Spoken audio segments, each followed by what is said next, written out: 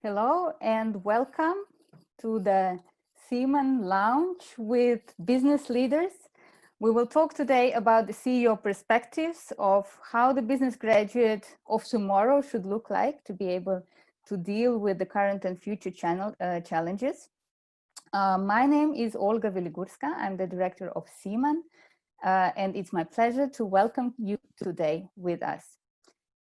We have prepared a question for you. If you could quickly either use the code or the link to answer the question, what do you think the key competencies should be of business graduates?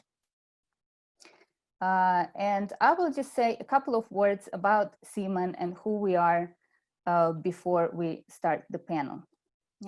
So CEEMAN is the International Association for Management Development in Dynamic Societies. We are located on the lake shore of beautiful Lake Bled in the Slovenian Alps. We started our operations in 1993, so more than 25 years ago, with the aim of advancing the quality of management development in first the Central and Eastern Europe, but later on globally in dynamic societies. So we have more than 200 members from 50 countries around the world at the moment. We are particularly proud of some of our core activities, such as IMTA, International Management Teachers Academy, where we help develop teachers of management.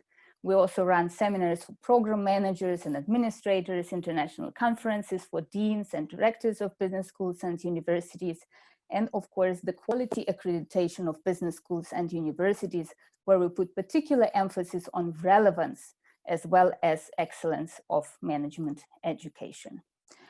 Besides a number of online events that we have been running in the last couple of months, we will also have some upcoming events where I would kindly encourage you to join us. So an online event similar like this one, a panel on 16th of June, where we will talk about the challenges in teaching. And we will also have our program management seminar, very intensive online program for program managers and administrators in August. And then our most important event of the year at the end of September, the 28th CEEMAN Annual Conference, where we will talk about ideas and inspiration for management development from fields beyond management. So I would like to invite now the CEEMAN president, Professor Danica Purg, to open the panel. Danica, welcome. Thank you very much, Olga. Good afternoon or good morning, wherever you are, it depends on that. I'm president of CEEMAN and the president of IDC Bled School of Management, where the headquarters of CEEMAN is. And it's absolutely my great pleasure that today we have with us some people who are some presidents of the companies, and Professor Seán Meehan, people who are board members of CEEMAN and who are great friends of IDC Bled School of Management too. We shall talk about something what it's really very, very much interesting for CEEMAN as the representative of management schools, not only in Eastern Central Europe, but in dynamic societies. What can management schools do better in the time of crisis, in the new times, in the future especially? We are interested in the future because the rest of our lives we shall spend there. So these great panelists today, Lana Popović, Coca-Cola president for Central and Eastern Europe from Greece. You know, Coca-Cola is also we have also Coca-Cola chair in our School for Sustainable Development. Great company and great leader. Gregor Pilgrim, CEO and chairman of the board of Generali, Austria. Another great person whom we hope to have one day for professor at our school. He knows that wish. And then, of course, we have Gazi Haxia, who is also, like Gregor, member of the board of CEEMAN. He is Gazi comes from Albania, and he is the president of A.S.G group there. This is a fantastic, you know, Gazi is the most well-known entrepreneur, I believe, or one of the most well-known in Albania. And Yerkin Tatishev, chairman of the board of Kusto Group, operating in Singapore and in Kazakhstan. And he is a member of advisory board of one of our members in Kazakhstan, Alma University, Alma U. And he was also in 2015 speaking at CEEMAN annual conference. So, led by Professor Seán Meehan, who is the MBA, Dean of the MBA program at IMD Lausanne, and Professor at this famous Professor of Marketing and Change Management at this famous business school, they will try to develop their ideas how management schools should react, not only after this crisis, but in general, what could we do better, how could we do it so that we are really serving the society. And I forgot, or I may not forget to mention Manifesto, which is our main document where we are, in which we are writing down how management education should be excellent, but also relevant. And here we are today. You know what we are adding now? We are adding also safe. So we prepared our school to receive people, you know, and all other schools are doing the same, to receive them again, to have face-to-face education, not only online, although we are good at this too, so that they feel fine and safe. So thank you very much and welcome everybody who is listening, of course, too. See you further. Thank you. Thank you, Danica, and thank you, Olga, for your kind introductions. And indeed, thank you for the great work that you've been doing, keeping CEEMAN going and providing an agenda of very interesting topics for the members and for a wider group. I think we're all living through an unusual moment in our development and history, where we're reaching out in different ways. And like you, I think many of the people on this call will yearn to get back to normal face-to-face reactions, but we all realize that nothing's going to be the same again, and that we will rely more on those technologies. We, for our part at IMD, will welcome back our MBA class on Monday of this week. And I think it's exactly this phenomenon of excitement. And now is probably the right time for this panel, because we have enough experience of COVID-19 and how it has affected not just businesses, but society at large, and mindsets, and how people feel about work-life balance, and how companies think about agility, flexibility, responsiveness. You know, the notion of the 5-year plan has disappeared and replaced by the 5-minute plan, I think, in some respects. And we have a fantastic panel here today who will help bring us into this world. And I would invite them now to unmute and on video, whatever that's called, in this environment, so we can see you. And I would like to introduce you. But you are the ones who are actually at the coalface, dealing with all of this. Our purpose today in our panel is to address for our community, the CEEMAN community, which is largely made up of people in academics or academic management who are concerned with and actually have dedicated their careers to the development of people, the development of young people in particular, young people with a penchant and interest in business. So it's important that we, as designers of their development experience, understand from you what those requirements are and whether they've changed dramatically. I think a lot of the discussions that we're having with our students and indeed with our recruiters are, to what extent are they looking for different things? And we're delighted now to welcome, I'll introduce one by one very briefly, Lana Popović, who's the she has had many different positions throughout Coca-Cola in her career, and she is now responsible for Central and Eastern Europe. As you realize, this is a colossal and complex operation where she is the president, running very diverse operations across 26 countries, we're delighted to have her present as part of this panel. We're delighted also to welcome Gregor Pilgrim, and Gregor is the chairman of Generali Austria, and he has many more management responsibilities across Central and Eastern Europe, of course. He is, as he said, a lifer in the industry and a long-timer at Generali. He has seen, and I think this is important for Lana and he, because they have seen different phases and waves of disruptions come and go in the last 20 years, in particular, which I think we all consider to be reference points, or the best recent reference points. So great to have you on the call, Gregor. Great to have you also, Gazi Haxia, who is the entrepreneur that was introduced by Danica.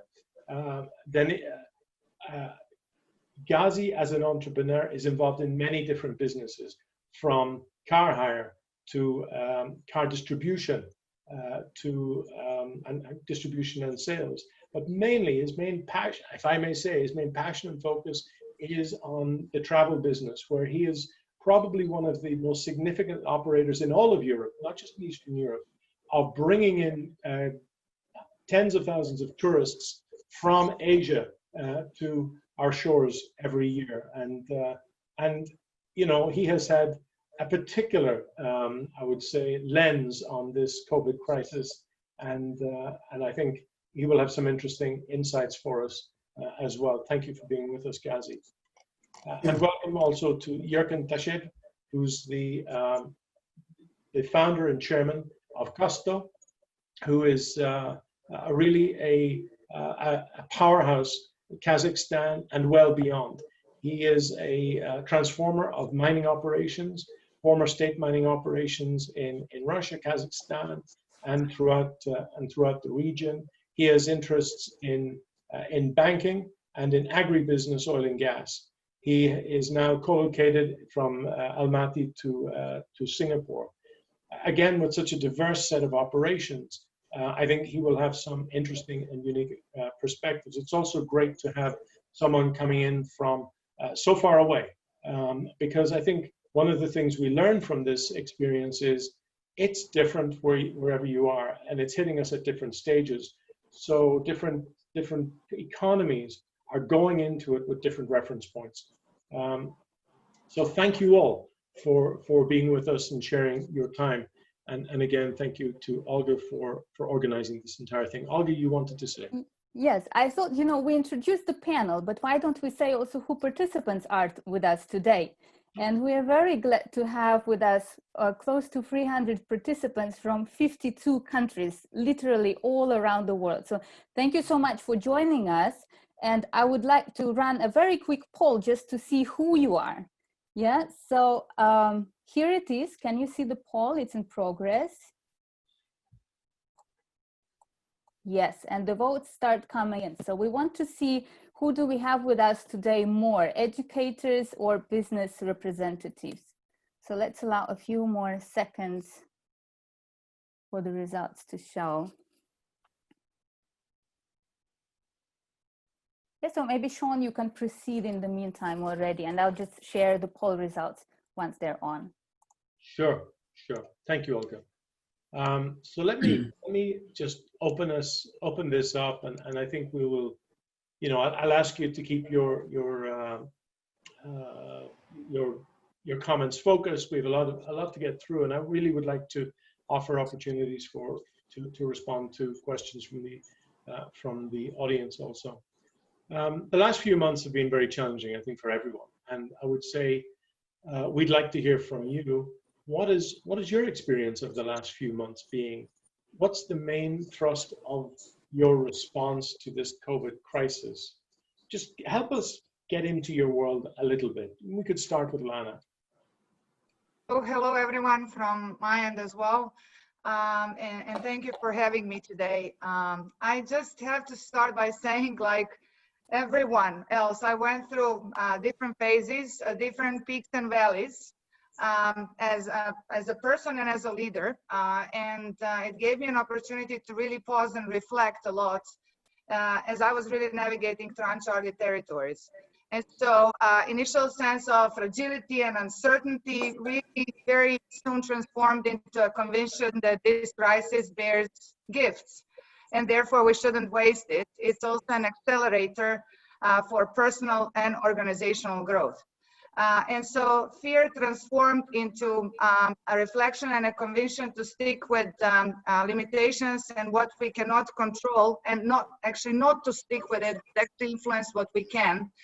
And therefore, we start planning what was the worst option and really hoping for the best and adjusting as we go. So in the interest of time, I can just name really the 4 things that as Coca-Cola we did in the last couple of months, which is people safety first.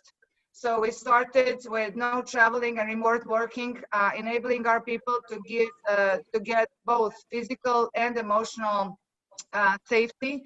Second was really ensuring business continuity, both in terms of supply chain, remote working, managing cost, and repurposing our advertising together with dynamic resourcing, winning in the market. And last but not least, it was really a community support.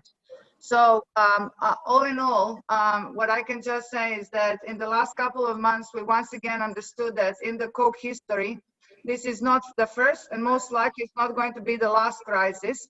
And ultimately, it's enabling us to go wiser and stronger through it, and win as a result of the actions that we are to do. Thank you. Yerkin. Yeah. Hello, everybody. And it's a big honor to be on a speaker on this panel. And of course, I can just join to what the Lana said. Yeah, all of that. Thanks. Don't repeat it. But from other side, personally, I did a much more, let's say, on community support stuff for the last couple of months, and for the government support in terms of thinking about how to go and like they need now business support. Usually in a good time, government doesn't need so much business advising, but in the tough time, like we became kind of voice speakers and speakers of business, because of now business hurt it very much. Yeah, of course, out of what we're talking about safety and health, it's a different, but in other case, yeah, it was too separate. Otherwise, I came from Kazakhstan. It's a former Soviet Union country, and then my business grew up during on the countries of former Soviet Union, yeah, and then we walked to Southeast Asia, and we used to somehow live in this, vulnerability time. I mean, we used to have crisis. I cannot say that we are Olympic champions of crisis, but we are close to world champions of different type of crisis, currency, oil pricing, this type, government change. This is some kind of our more or less old normal, what we call, if you call now. That's why in the personally, yeah, we are much more or less, I can say we're ready for this type of, but of course not in this type of scale, yeah, where is it everything everywhere in the same time, and including transportations. What was interesting, yeah, first time in my life we have a transportations issues everywhere. And but generally, yeah, this is, I can just join and telling this, that it was really good time, a lot of good and a lot of bad stuff, but generally, yeah, I feel good here after that.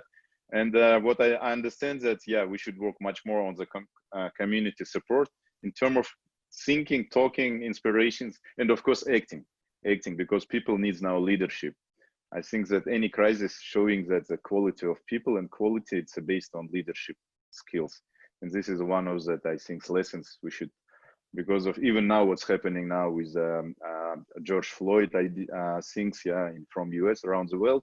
After pandemic, it's kind of co-pandemic issue happened, and it's all about questions of leadership everywhere, yeah. And I think this is a good time to talk about that.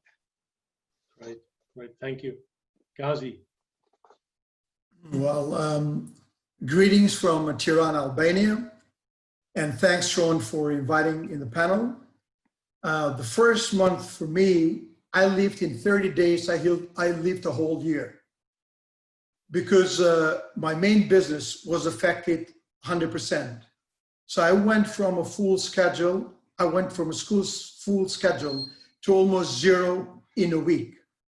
So the first thing was quite a big shock. And the first thing which I realized to do for myself and for the team is to realize that you cannot be a good leader if you cannot lead yourself. And then you cannot be a good entrepreneur if your life is not your company and your life is not your startup. So I did what everybody on the panel did. I put my oxygen mask first. So I said, I really need to control what I can. And what I could control is the relationship I had with myself, with my family, with my partners, and being at their support when they needed our support most. So we did this, and I think we reestablished some great partnerships for the future, where we really steered the relationships with these companies and with our employees. So we tried not to fire employees, but to repurpose their position in the company to work and to really understand what we can do to be ready when the times come. And as time went on, first we made sure we survived. And then I had a lot of introspective myself. So a lot of thoughts to myself, to my close people, to really think, to really try to make out what does the situation mean. But very importantly, I was reminded by the saying that never waste a good crisis. Because I always believe the strongest companies come strongest out of the crisis because they really make sure they really pay attention to their assets, which is their health, the company, the employees, and building the relationships for the future. So that being said, that's what we have been doing. So we are working almost full time now in the office, which is a very good vibe, but with another challenge is how to motivate the people when they cannot bring any money on the table. But that's a beautiful challenge to have because we have secured that we are resetting the business and we are ready for the takeoff when we decide to thrive. And I'm sure that we'll thrive. And you'll see all our tourists around the shores of Lausanne, in the shores of Croatia, in Austria, all over. And Seán, one message which I had, because coming from the travel business, I don't believe that we will travel less. Travel is an inherent business. It's an inherent characteristic in humans. But I think a message for all of us is that we'll not travel less, but we will try to travel better. Thank you. Thank you, Gazi. Hi, Gregor.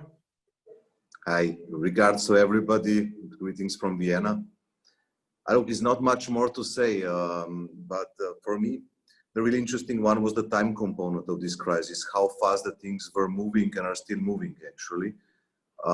So it was, I can only confirm what Lana was saying. Basically, first was safety first 2 weeks, really basically trying to take care both for the customers and for the employees. And there you saw basically a crisis management. We went in different countries, basically in 1 week from 100% office to 0 to 20%. And it's basically is simply something that you have to experience and see. Next one was basically typical business continuity that you learn from the textbooks, and fairly speaking, you don't see a lot of times in life. So basically getting back to business, taking up the remote sales and everything around. Then comes the learning out of it. You see how fast the people adopt if they have to, including myself. You see basically that the life is not gone if you don't travel. And I was a crazy traveler with 150 flights per year. You see that things can be done also remotely, digital, Zoom, Teams, Skypes, you name it, we have it currently. You see basically that customers adopt really fast, take insurance, basically we move to remote sales extremely. It's basically incredible how fast even my old style sales agents move to Teams way of sales. And I think this is the biggest learning. This crisis is an accelerator. This crisis basically shows how important is the flexibility of the company. And this crisis shows that you have to be prepared for everything. Because now, I think we face now, at least in our business, different to some other ones, we face now a bit of a different challenge. And this challenge is simply that now we come from an extreme negativism in the first few weeks or even month, we come even to a bit too high optimism, I would say. because everything seems to be normal again. Look, we are on production site on pre-COVID times, or even better sometimes. So basically, you start to allow the word before, never waste a good crisis. We are starting to be in danger to waste a good crisis on moving some stuff around, because also what you see is again, home office, smart working, name it however you want to, but this is something that is the future. And why? Because simply everybody saw that it is doable. And if you take our pulse questionnaires that we are basically doing all of the times, the people want it. Okay, nobody really knows how it will go, but this is something where you have the momentum now, and the momentum will be in 3 or 4 months if you don't do it, simply gone. So, and this, for me, simply the time component of what we are currently doing is extremely, extremely important. And then simply, nobody knows what is in the next months. These are great insights. Can I just interrupt you there, Gregor? Because I think we're drifting into the next phase. And before we leave this one, I think I'd like each of you just to give me in a sentence or two, what have you noticed about your teams? Because throughout your responses, what I've heard is this came fast and we had to do fairly dramatic things, and out of necessity. It wasn't, we couldn't stand around discussing it, we just had to do. and adjustments were fast.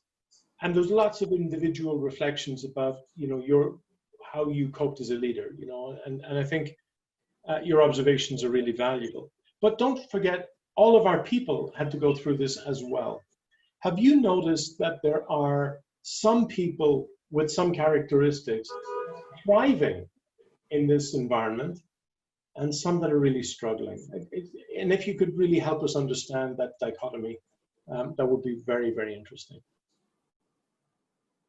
Anybody got something to say there? Yeah, if I can jump in, Seán, I think that we have asked these questions to ourselves quite often in the last 3 months, and seeing that who have been the winners, what kind of state of mind has been the one which has been prevailing. From what I realized personally and with the people I've been talking to, it's very important to move from a fixed mindset to a growth mindset is very important, and to really be very, very resilient. So I've seen that companies which are very resilient and companies which focus on whatever they can take hold on and can manage, I think are doing much, much better. And especially creating networks of support among stakeholders has been very, very important. This is what I've noticed, and this is what I've been reinforcing with my team and with all my partners. Have you noticed that, Lana? Yeah? Sorry? Lana, please. Just to build on what Gazi is saying, to your question, what I've noticed in teams, what made a difference is the soft skills. And when I say soft skills, it's really when I saw within the teams, the individuals who understood empathy, adaptability, and resilience, to what Gazi was saying. And because then they could network, learn, and adjust to such a drastic circumstances that surrounded us. But without those soft skills of empathy, adaptability, and resilience, so it's not more IQ or EQ, it's really AQ that makes a difference on how we adjust. Yeah, yeah. And if I can add, I think that difference was between people who has a strength from inside to outside. Yeah, you're not looking society as it used to be in the past, and then it means you now is a time for more independent thinking, not only thinking but feeling yourself, and finding comfort with yourself first, and then find the comfort, of course, with all your stakeholders, your partners, your teamwork. And now it's really was a good time. I think during 2 months, many people, I think, going out, up. We can ask each other, during asking yourself many real issues, questions, maybe philosophical questions too, you know, like, because now you have time, you are focused, you have some family, and this was a good time, and to feel, and I think this is one of skill. What is it, you know, to the future questions about business graduates, one of skill what should be highly developed, it's a feelings of your self-independence. I don't know how to tell it in English, self-confidence on really high level, on really not on level of just psychological, but on level of knowledge, on level of experience, to have it inside and to be unbreakable in that from this kind, from inside, you know, like, yeah, outside it can happen many things, it's come and go, but if you're unbreakable from inside, this is quite much important during this tough time. If you have something inside, which is still big question, still something is hurting you, I think during this time you are mostly hurted too. Not by outside, but by your inside feelings or thinkings or whatever it is. Very interesting. Gregor? The only thing to add is self-confidence and self-motivation count a lot. Is a lot basically how our guys in the teams were feeling about themselves. And maybe the other insight, which was a surprise partially for me, flexibility and basically ways to adopt are independent of age. It's really sometimes because somehow you would feel that the youngster is simply is action that somebody has or doesn't have or basically learned how to do it. And this is an insight that we got. It's simply very much coming from the inside and is about very much about self-confidence and about how strong the culture of the company was before. All of these are really, really invaluable, I think, for our audience, you know, because we often think about the kind of intellectual capabilities and how do we develop the cognitive side, and how do we think about the, you know, the ability to get the job done technically. Whereas everything you've been talking about is actually really about adaptability, flexibility, empathy, understanding yourself. I think the very first thing that Gazi said was really, you know, putting on my own oxygen mask and making sure I was grounded, in touch with myself, and I knew what I had to do and had to achieve for my people. So I think, you know, we come back to that, and that's awfully important for us to understand in terms of what we should be looking for, how we should be developing people during the education experiences. Olga has shared with us, and you see on the screen, a little survey. Olga, do you want to just explain how this works? Maybe not. So you can either use the link that you see, or you can just use your scanner, and you will go straight to the questionnaire, and it will ask you to insert a number of competencies that you see are relevant for business graduates today. And this is not to the panel, this is to the audience. We're going to come to that question in just a minute. But I'd like to go back to the panel, because what I'm trying to understand, I'll start with Gregor, is because I think you were touching on it, Gregor, when you talked about home working, telecommuting, and so on. We're trying to understand what are the lasting impacts of the crisis going to be in terms of your business in general. So presumably your business model may adapt, or your ways of working may adapt. Have you already started to think about the longer term as you come out of this, things that you're going to have to do? And if maybe you could give us some insights there. So first, I come from insurance industry, which means a really, really old-fashioned way of working, however you take it. So office, sometimes big offices, floors, everything around. Smart working is not something that we are really known for. What you learn out of the stuff now is basically everybody would like to continue in some kind of home office, home working, mobile working mode. This is quite easy. Basically, it goes throughout the functions, goes throughout different roles, goes throughout the companies. And I think this is going to change for sure. The huge change. This must have a colossal impact. I mean, these are huge decisions for an insurance company in particular, because when I think of you know, who pays for the home office, what do we do with our real estate, our head office real estate, and indeed, what do we do with our investment portfolios that are full of commercial, well, many portfolios have a lot of commercial assets in them. So these are colossal decisions, no? It's also a discussion that will be a real big political discussion, because it's not only us that work on this part. It's basically everybody notices it, everybody goes this way. It comes also with one additional point, which is a huge one. It's about how to drive a real culture of the company in circumstances like this, which is for me long-term even a much more dangerous one that is there. It's simply on the smart working mode. So it's quite easy. So you can please quite a lot the people around, and simply you will have to do it because otherwise you're not anymore competitive as the employer. And we are anyhow, even before COVID crisis, we were in the talent war enough. More as an industry than as a company, to be really fair, but simply, look, who wants to work for an insurance company if you have startups, tech, the insurtechs and everything around? So this will be the first one. I think is, like you said, it has a lot of implications. The least of them is the cost saving part of the expenses for the salaries.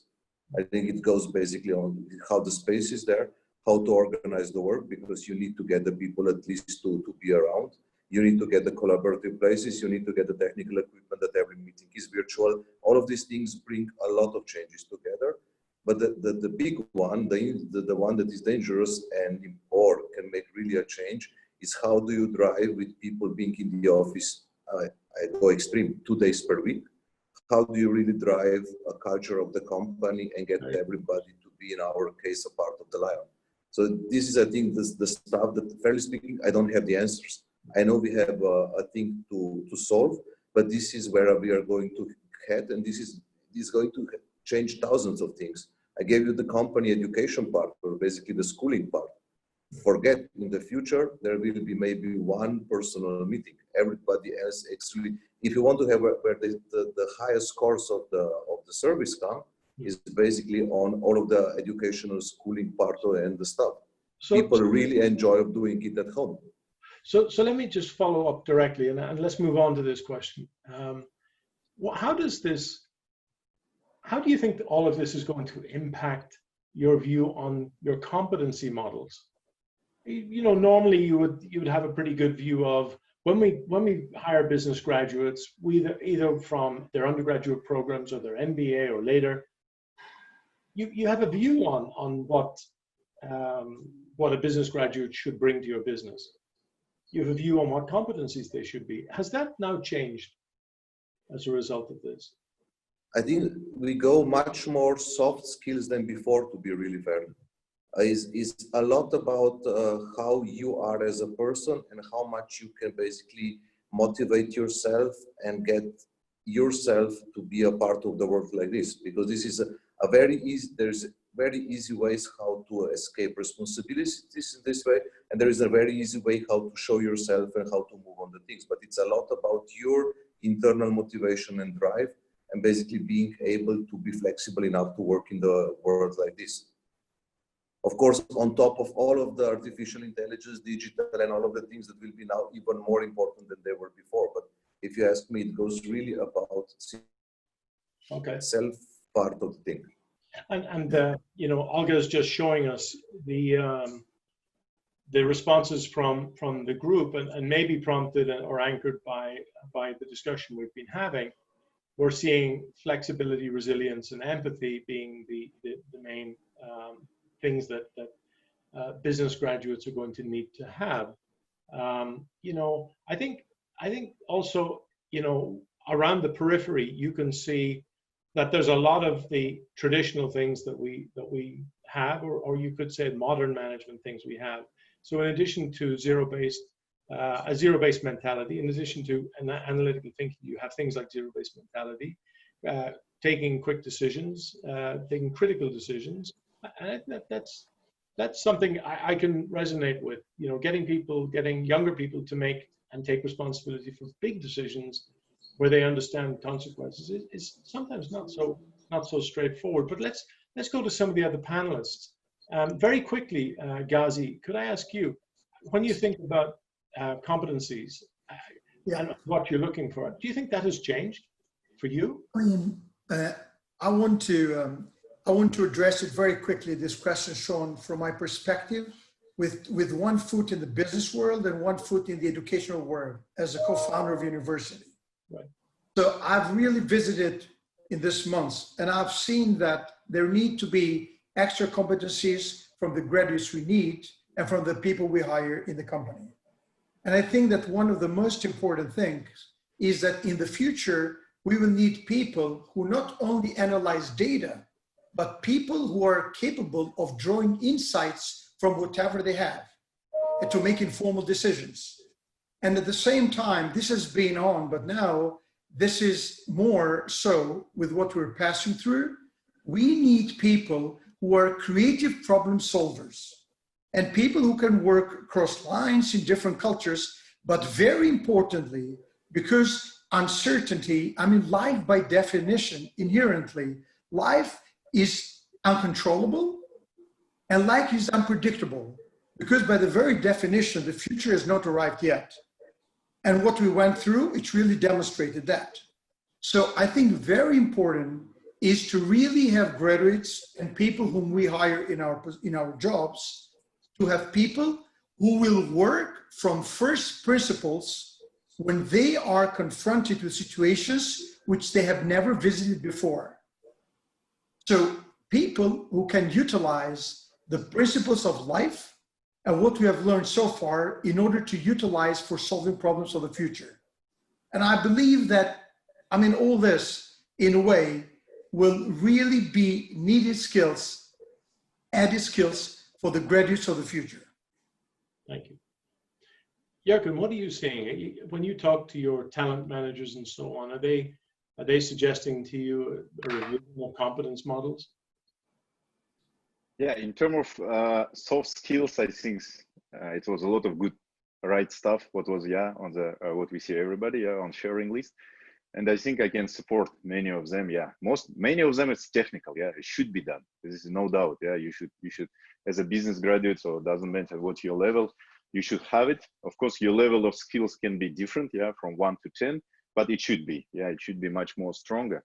But unfortunately, what I have, like my experience with business graduates, and I'm in board of trustees of the business school too, that's a school somehow, I don't know, it's coming by standards or what, schools, this business school standards, that's kind of a lot of average guys, you know, like, I don't know, is it maybe admission issues or, but a lot of average guys with a very average skills and what we're trying to stock, yes, skills, it's something what you can train them during the life. Yeah. You can train them in the work, you can give them different, this is not a big issues, what I'm not always afraid, but the crisis time is time of character.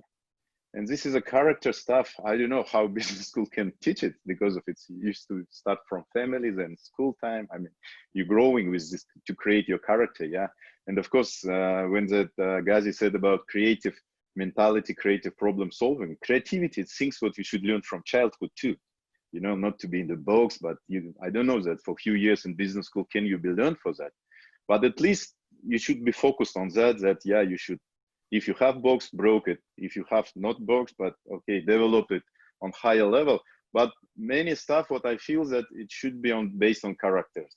I don't know why, but business schools are not focused on characters of the leadership, and this is a leadership, inspirations, game, self-motivations issues. It's all about, we don't need, you know, like during this time, you don't have not time, not the possibility to motivate people, you know, like in terms of, yeah, spending time and that, you need self-motivated, really. It's a time kind of what if I can give you like kind of example, it's like a SEALs or Rangers or Navy SEALs, you know, like something special forces guys with the characters, with the good trainings, with the skills, but first of all, with some courage inside, really good level of courage, and you know, like a flexibility. When you send you on some enemy land, and you should find the way how to survive, and not only, but you should get result. You should rescue somebody, or you should do something. This is kind of mentality because we are talking about managers, yeah, not only business graduates to be analysts, because this job will disappearing, not maybe next year, but in 10 years for sure. We need guys who can act, think, and act. Yerkin, let me just ask you, do you think that the hard skills are going to be devalued, so to speak, or maybe possibly go away? Or do you think that still we have to have these? No, hard skill, it's like strong body. Always you need strong body, you know, like always you need biceps and training and good stamina. This is a hard skill. But you need something what you will be born with, or you should train with this. You need character. Despite of many stuff, you should find yourself, you know, like to think, to be open, to innovate under the pressure. The problem is the difficult times, it's difficult to innovate or to move, to act under the pressure. And if you can do that, this is a real courage. This is real business courage to find solutions under the difficult times, to find, like, I don't know, like energy to call and to say, I am wrong and let's do something else because of time is change and sense, even to your enemy or to your competitor. This is an interesting time. That's why I believe that the maybe focus of business schools should be somehow on these characteristics, to how to train these characteristics, how to, you know, find this, how to, you know, like by this you send message to the school system, because of right now your admission system based on mostly academic excellence.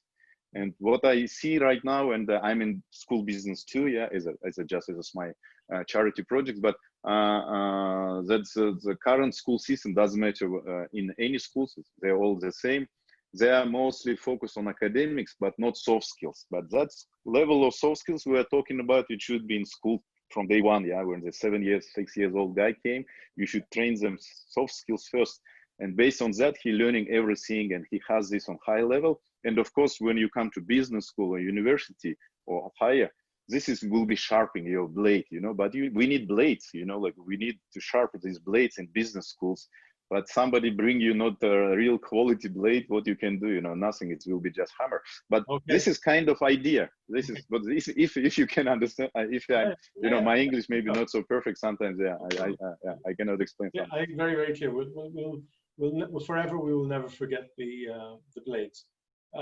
Lana, you know, you are working across 27 or so countries, across from Russia down to Greece.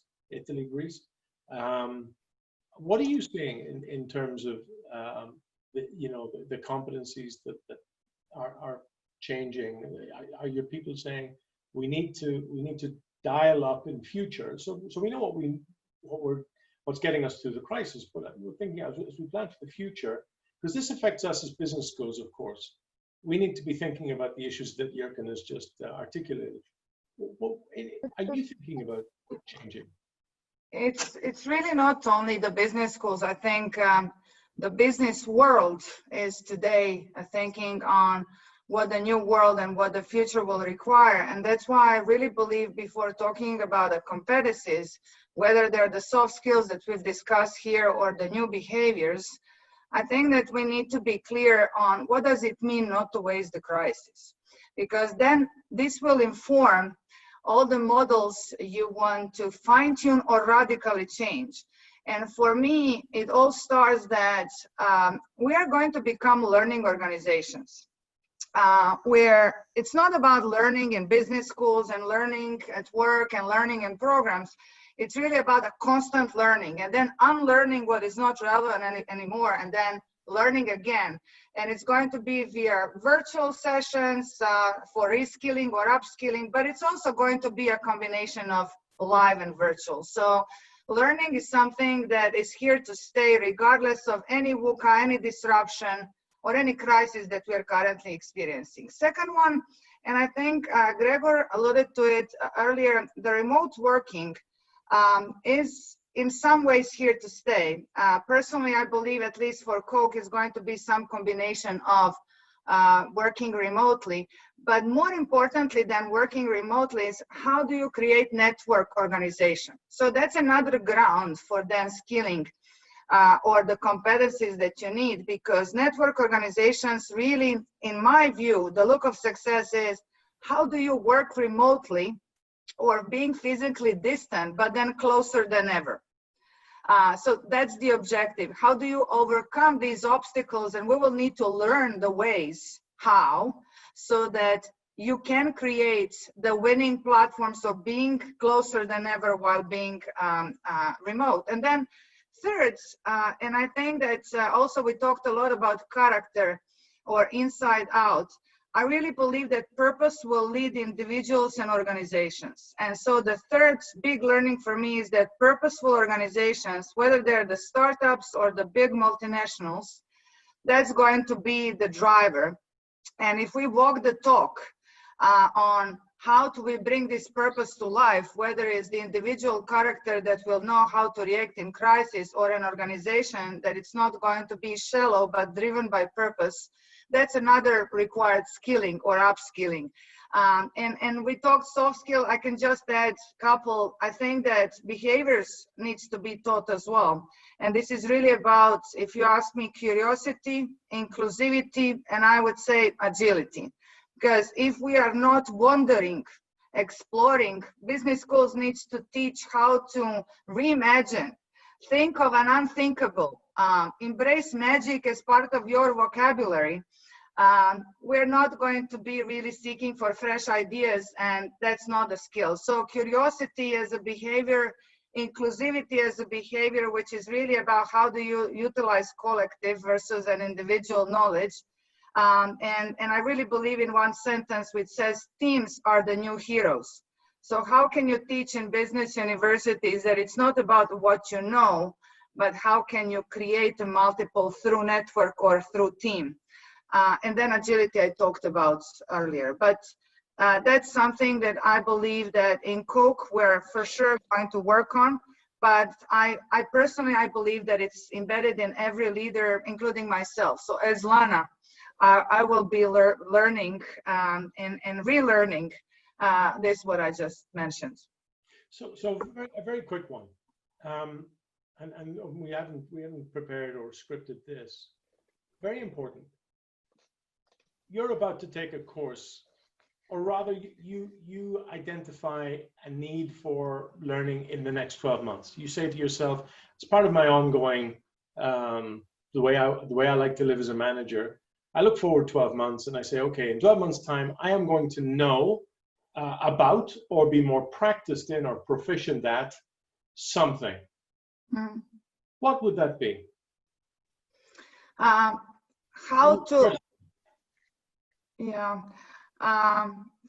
think it's how to live in hybrids. And so I can elaborate more, but I think that world of tomorrow, including for myself, it's really how do you live in blurred channels, and therefore there is a term, to be very honest, which is actually talking about phygital experimentation.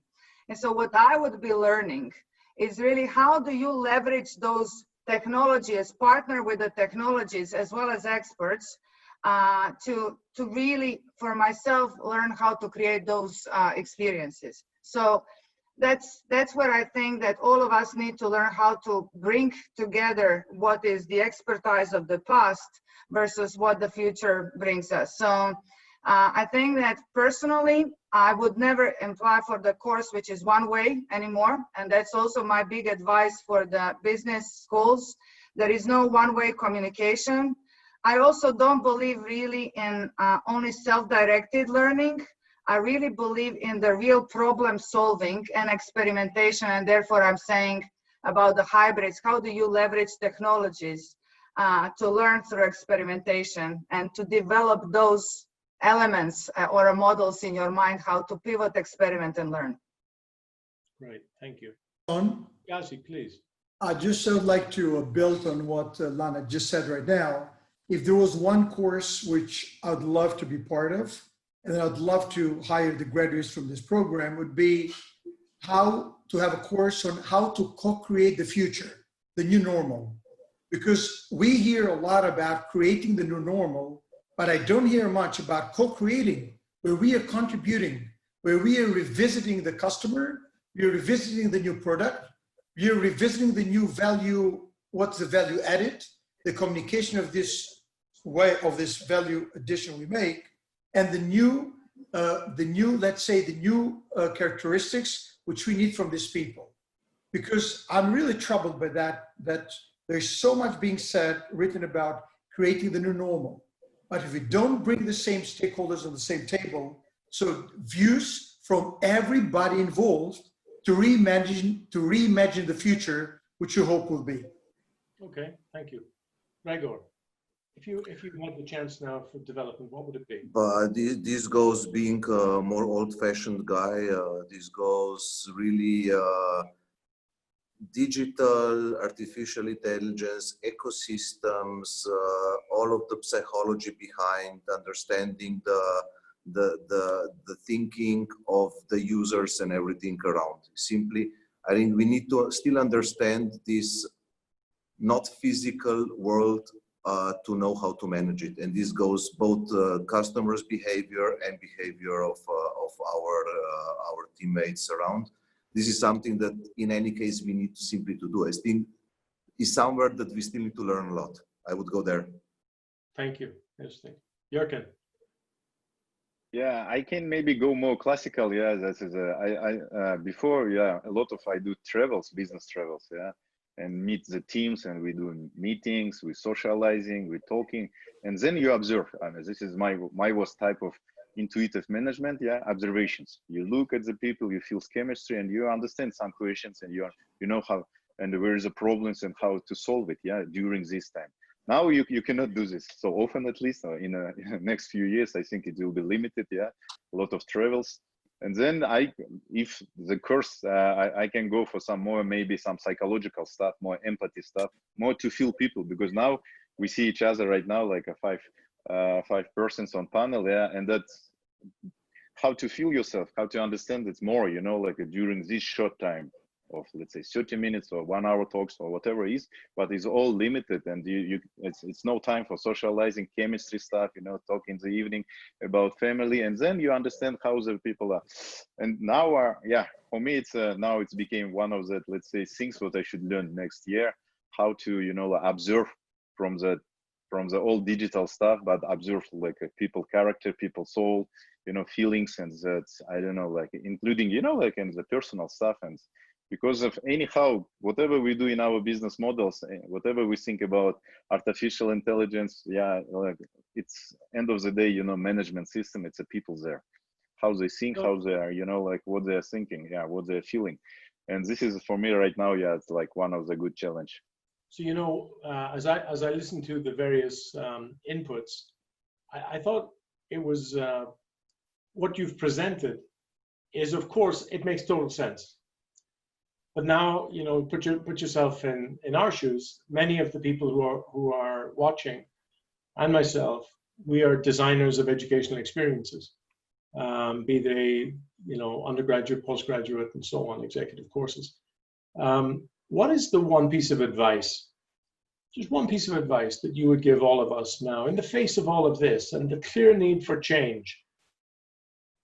We clearly have a big job to do now. What's the one piece of advice that you would, I'll stick with you, Yerkin, what's the one piece of advice you would give to a business school? Yeah, there's now in time of VUCA time, what we call now, yeah, all this vulnerability and everything. I think that's, let's say for undergraduate, I believe that business education, I don't know, usually in Kazakhstan or our countries, it's 4 years. It should be dual. From day one, the student should work on business. Doesn't matter what he's doing. And he's doing, and he should work and study together all the time.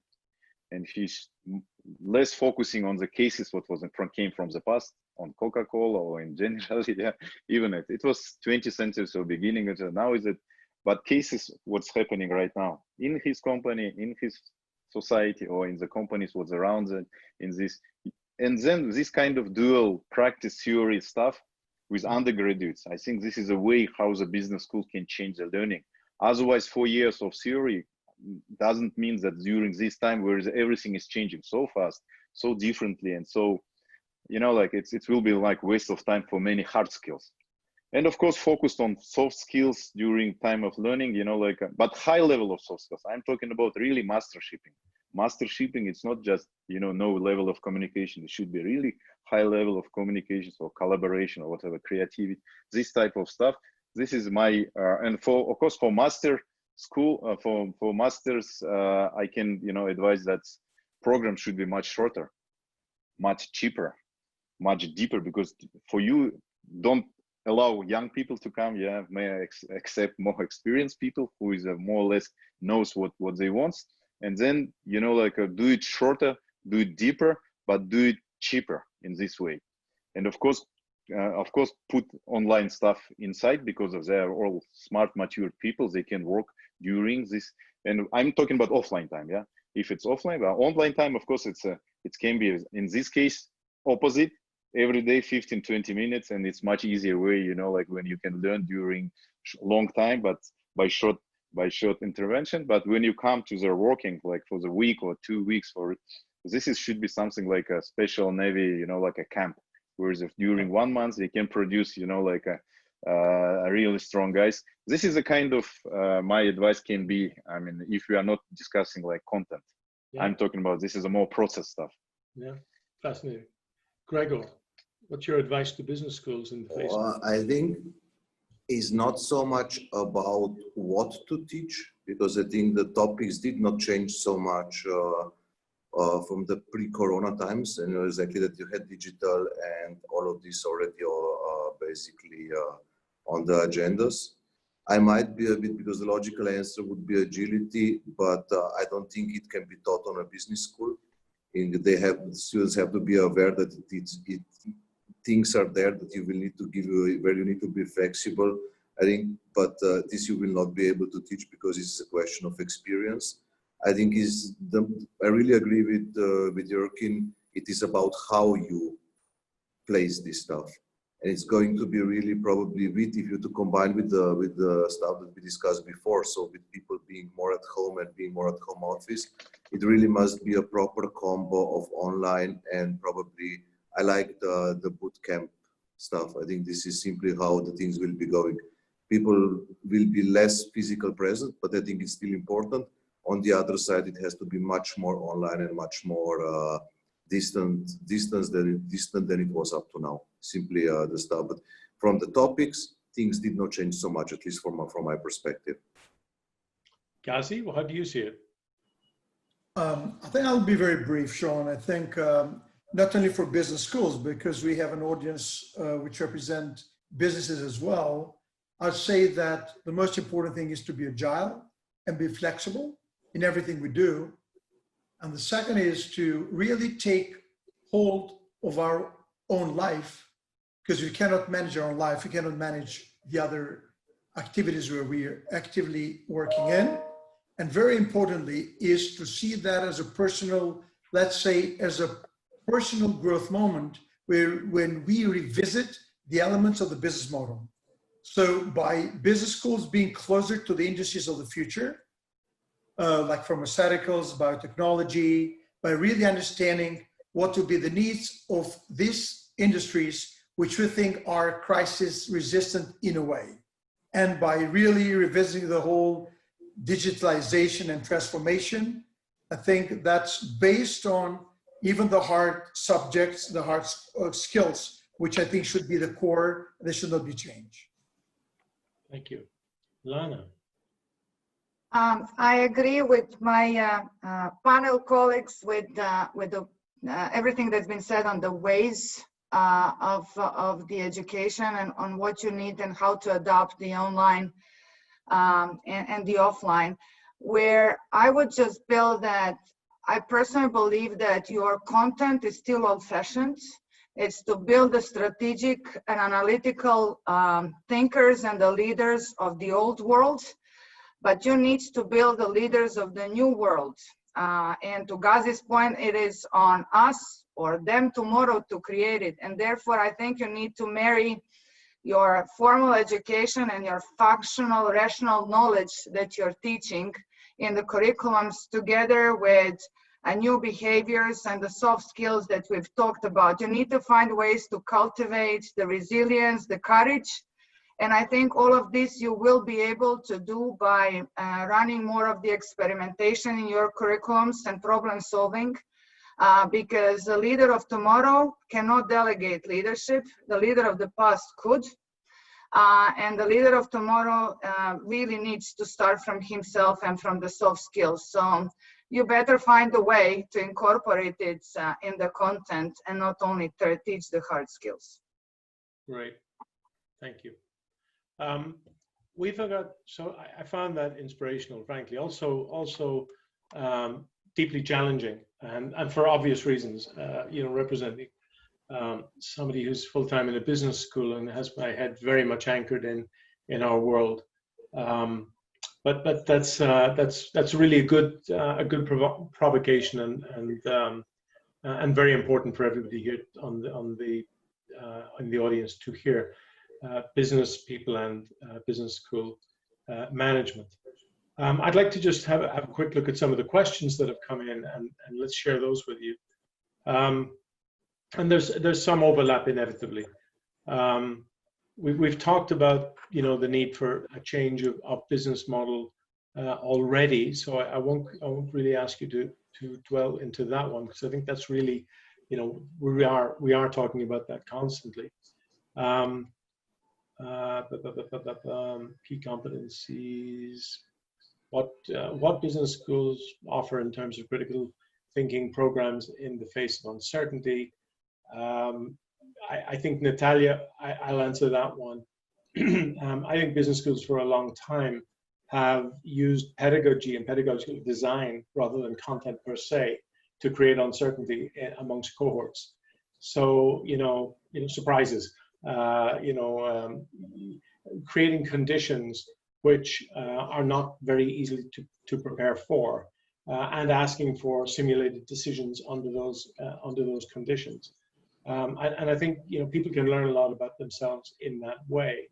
But what I've heard from the panel today, and I think in a very convincing way, is that we need to dial up much more of what is often called the leadership component of a program. And I accept that, you know, leadership is defined in 100 different ways, and that you have placed a particular premium on resilience, flexibility, and knowing oneself. I think this is a very important one, and it links to actually this unbreakableness that Yerkin talked about, and is absolutely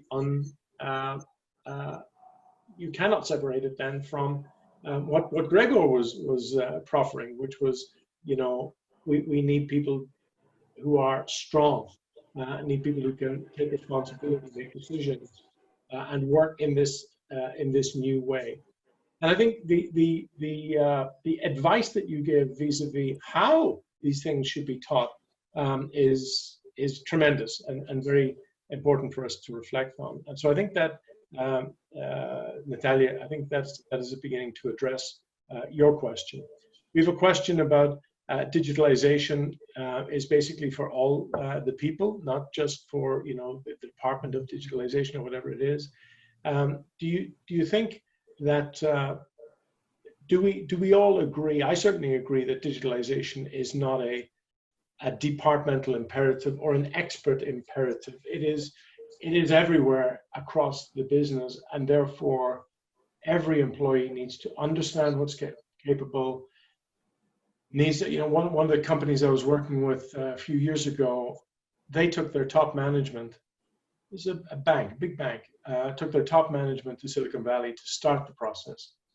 And the conversion, if you like, that happened there was so profound that they basically started to digitalize everything. And the first thing they said was important wasn't that to figure out which processes we're going to redesign. What was most important was to skill everyone so that they would be able to drive the redesigns and participate in those discussions. So they offered training on coding, on app development, on stuff that we think is kind of exotic and distant, but actually very, very accessible. And so that's how they embraced it for everyone. Would you all agree that it's an everyone thing, not a specialist thing, digitalization? Yeah. I think it's both, personally, because I think digital savviness or literacy is everyone's thing, right?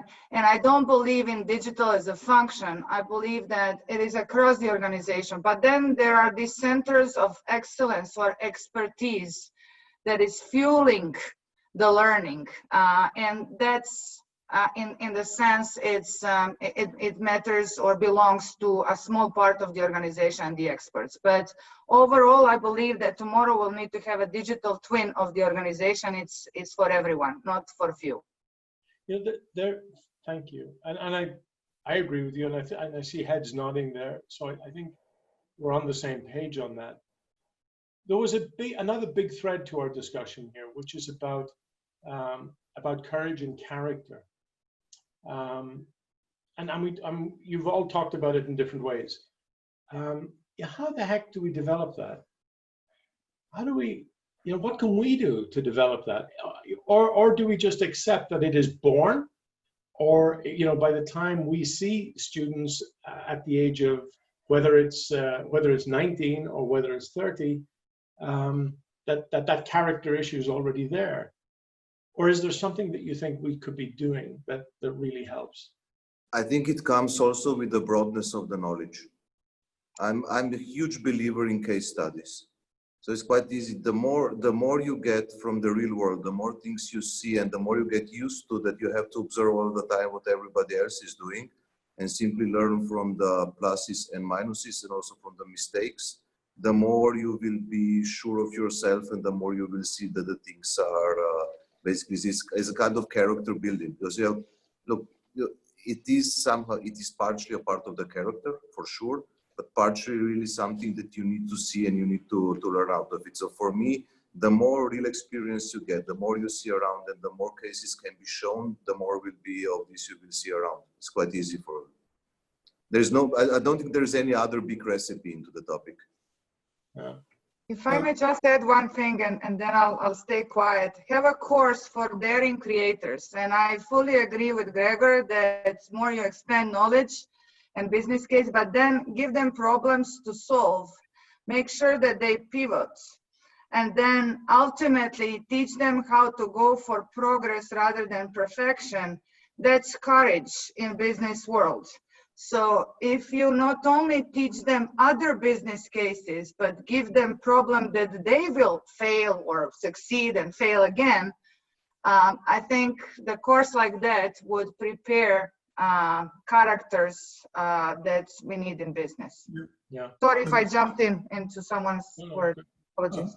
Gazi, if I can jump in, I think it's very important, as we said at the very beginning, to revisit the business model of everything we're doing. And I believe that revisiting the contents of courses in ethics, which should be mandatory for all business schools, is very important. Now, when you dismember the business model of a course in ethics, you really understand that all these latest developments have brought to the core issues which have been revisited, but very on the surface level. So teaching by example is very important. And you learn more, not only from successful cases, but from failures, understanding why people have failed, what has gone wrong, what can be addressed. And I think that a core issue which needs to be addressed is the issue of being humble. It's very important, and even combining it with a new term like ambition, which is being humble, but at the same time being ambitious. How can you be ambitious at the same time when you can be humble? So I believe that a reconsidered or redesigned course in ethics, and I think elements of it should be very, very important. So let me dive in there a little bit, Gazi. When you say humble, can you define what you mean by humble? I think it's very important because in the world we're living today, if you don't speak out, if you don't really are loud, you're considered you're nobody. And then in this business world, you really need to be out there to connect so people can recognize you. But there is a way where you can be humble and you can attribute the success to the team, what Lana said before. Team is a new hero nowadays. And in this case, you really teach and you really share insights, you share skills, traits with people because you are walking the talk. So by being there, people can really learn that being humble, is very, very important issue.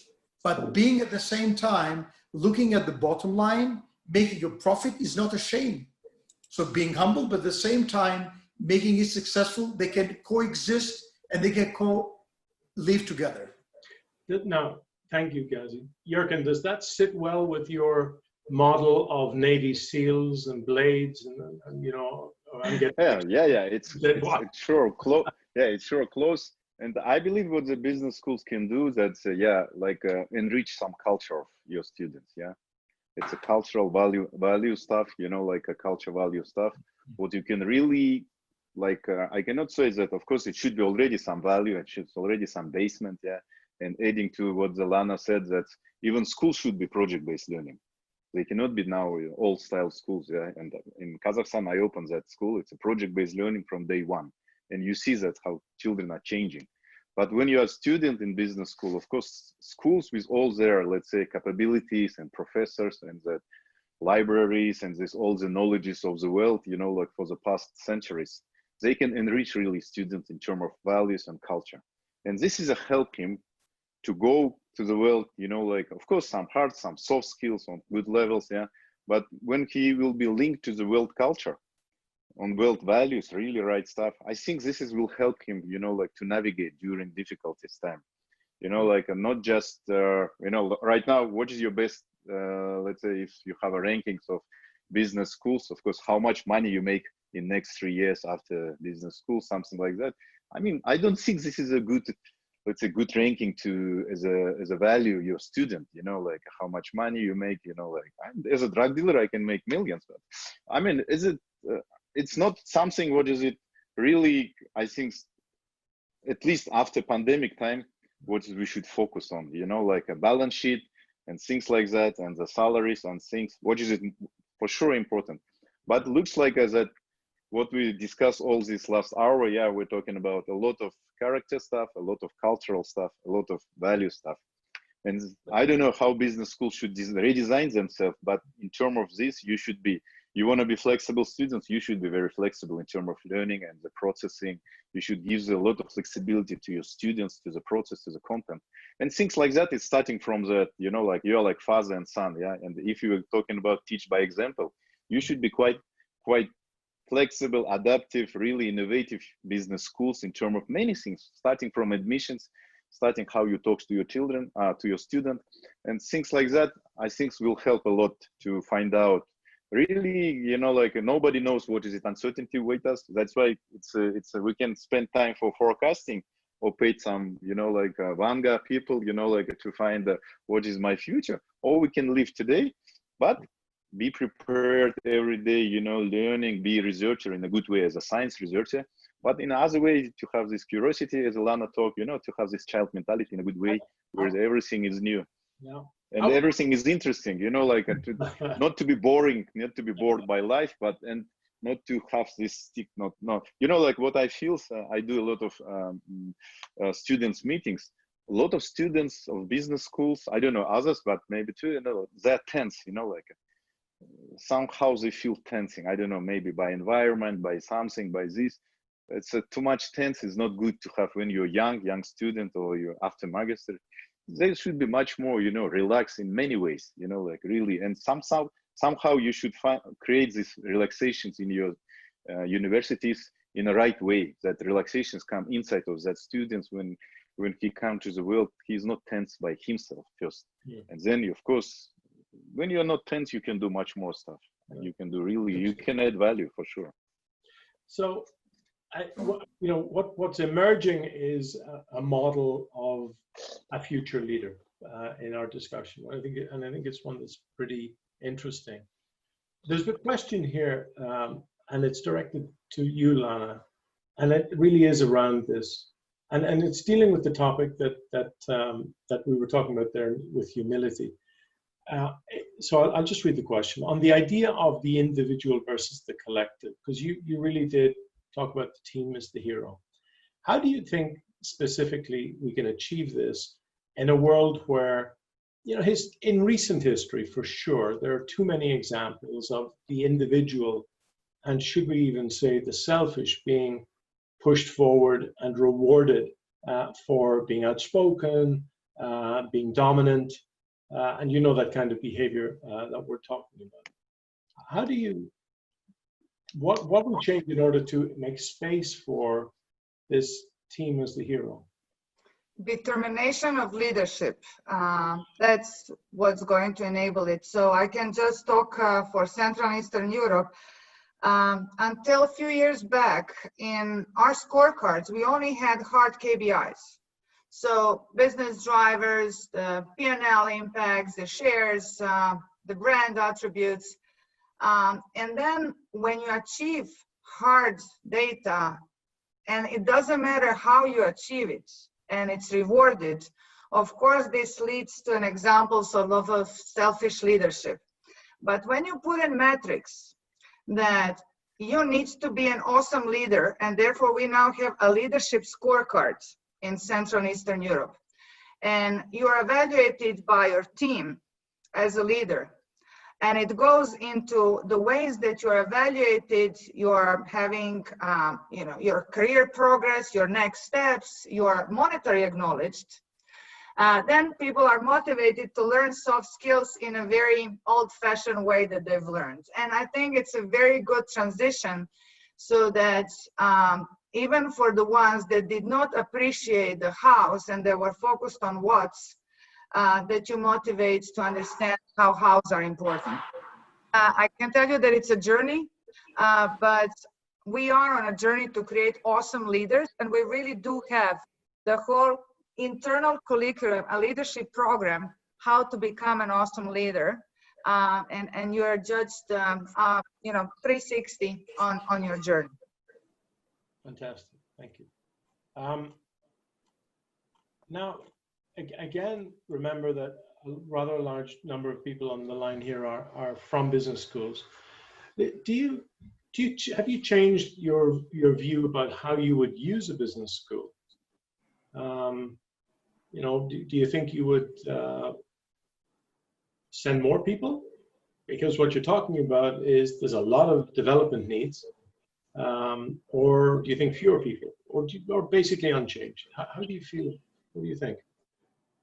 Seán, if I can contribute to that one, as again, I mean, from being on one side in the business world and one side on the producing world, which is university, I think we will send more people because I think the desire for deep learning will never change, but we need to refigure what will be the subjects to be taught.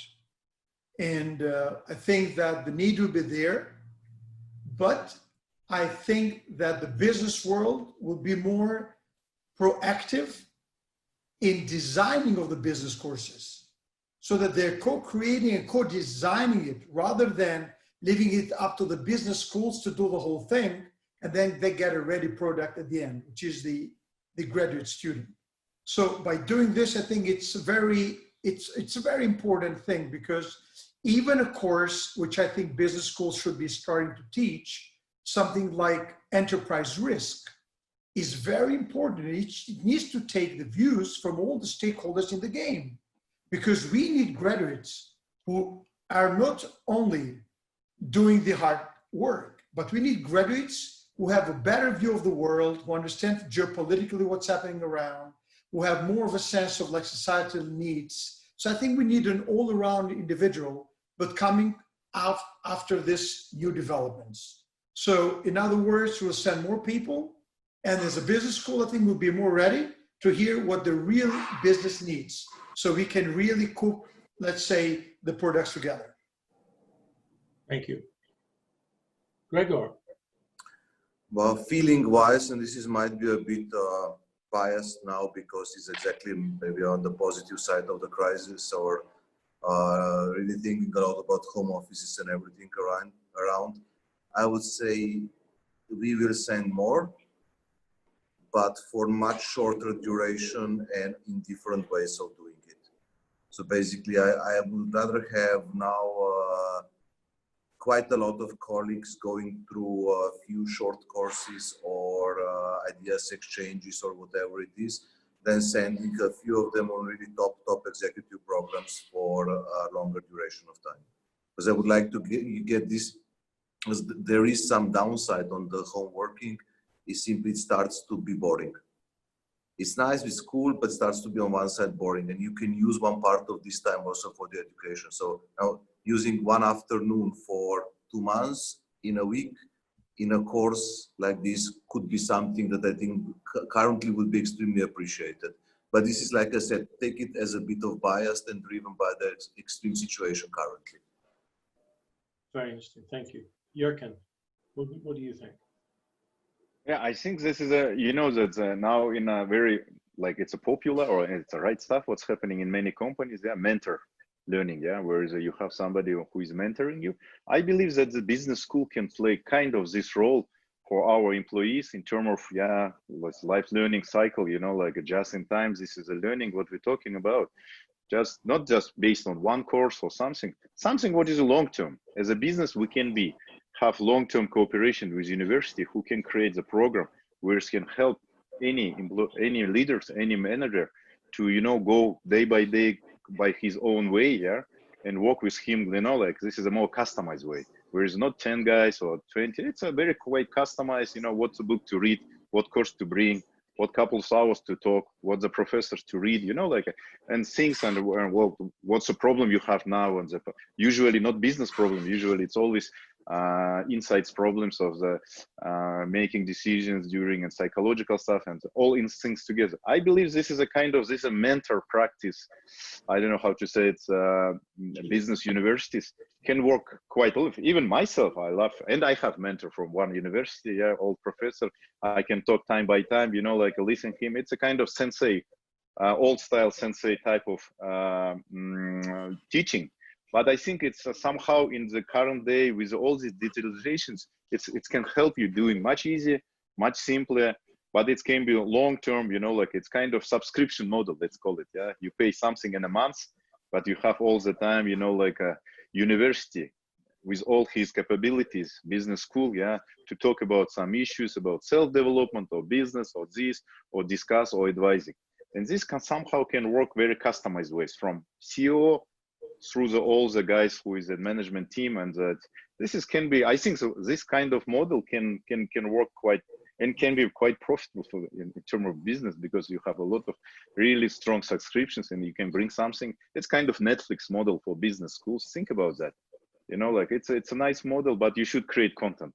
You should create content. You should be in touch with your client all the time, and you should develop his progress too, and give him all this feedback. He gives you his feedback. I think this is can be good model for the, you know, like, and we are busy business leaders, you know, like, and of course have this time for yourself with somebody who is teaching you every day. I think it's a good feelings. I have it in my, let's say, martial art experience, and it's a very helpful in other life, you know, like, that's why I believe this can be something. And one add to the old stuff what we discussed, I forgot. I knew that it was a new trend for last 10 years in business schools to teach entrepreneurship. It was kind of, you know, I don't know, it can be teach or not. It's, you know, like, or it's a bone or it's done. Nobody knows it. Yeah. But let's say it's a good try for many business schools to give at least these feelings of entrepreneurship. But somehow this type of crisis shows that it's kind of must. Now this is everybody became entrepreneurship somehow, you know, became partner of his life, of his business or entrepreneurship. It doesn't mean that you should be founder of business. It's an entrepreneur, but on any point of now what I feel in, and I ask in my team too, I ask us guys, on your place, you are partner of business, you are entrepreneur, you should do this. I mean, by yourself, many stuff. You should take a lot of risk of thinking, of doing, of actions, of talking with your people. It's I mean, this is hierarchical model. It's already gone, and now matrix model. It's some work, some not. But generally, it should be a lot of independent thinking and this entrepreneurship. And somehow, it's good if you put it as a must course or must something. How to design it to all your courses, to put it as a something. Maybe it will be successful.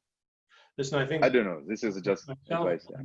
And all of the other participants today who are concerned about where business schools need to go and what we need to do, how we need to respond right now, have benefited enormously from all of your contributions. Lana, I think one of the things that I will take away, and I'm careful to say the one thing, I'll never say the one thing, I will say one of the things I'll take away from what you said is a team of heroes. I think, you know, I remember conversations by anchoring on key thoughts that I heard throughout. Team of heroes will stick with me. Yerkin, I'm sorry, but you know the Navy SEAL is going to be my summary of so much of what you have said, and it's full of meaning. Gazi, I think, you know, you started off, and I think you were very consistent all the way through about the importance of understanding yourself and leading yourself, and that inner strength comes from there. And I think, you know, that has been a kind of a basis or a platform, a foundation on which many of the other discussions we had. Gregor, I think you've got so much sage advice for us and provocative advice, very important for us. But one thing I'm going to ask everybody else to remember is, you know, when we are, the idea of the boot camp, the idea of sharpening the blades and so on, I think these are important. And I think your last contribution in particular, it was very clear, very easy for us to get our hands around, which was get our head around, which was the shorter and more frequent, with a higher cadence learning, and in particular in this context of people who are remote learning. You also raised an interesting question about how the heck do you manage to develop a culture, a strong culture? How would you manage to change an important culture? How would you manage to bring in a new initiative? All of these things related to the challenges of home working as we saw it. So, dear panelists, thank you so much for your immense contributions today. I would like to turn it back to Danica, if I may, Danica. And I think you would agree with me that this has been a fantastic discussion. Absolutely. Thank you very much. Of course, it depends a lot also on leader. Panelists were great, and you were really digging out a lot of great ideas, and I'm very, very happy and grateful. And I'm also happy because many of these things, it's also what we are doing already, you know. So this, what we heard today, it's only showing that on one side we are right, and on the other side, what we have to do more. So absolutely fantastic. Thank you very, very much. And we could never, ever have you all together if it was not online.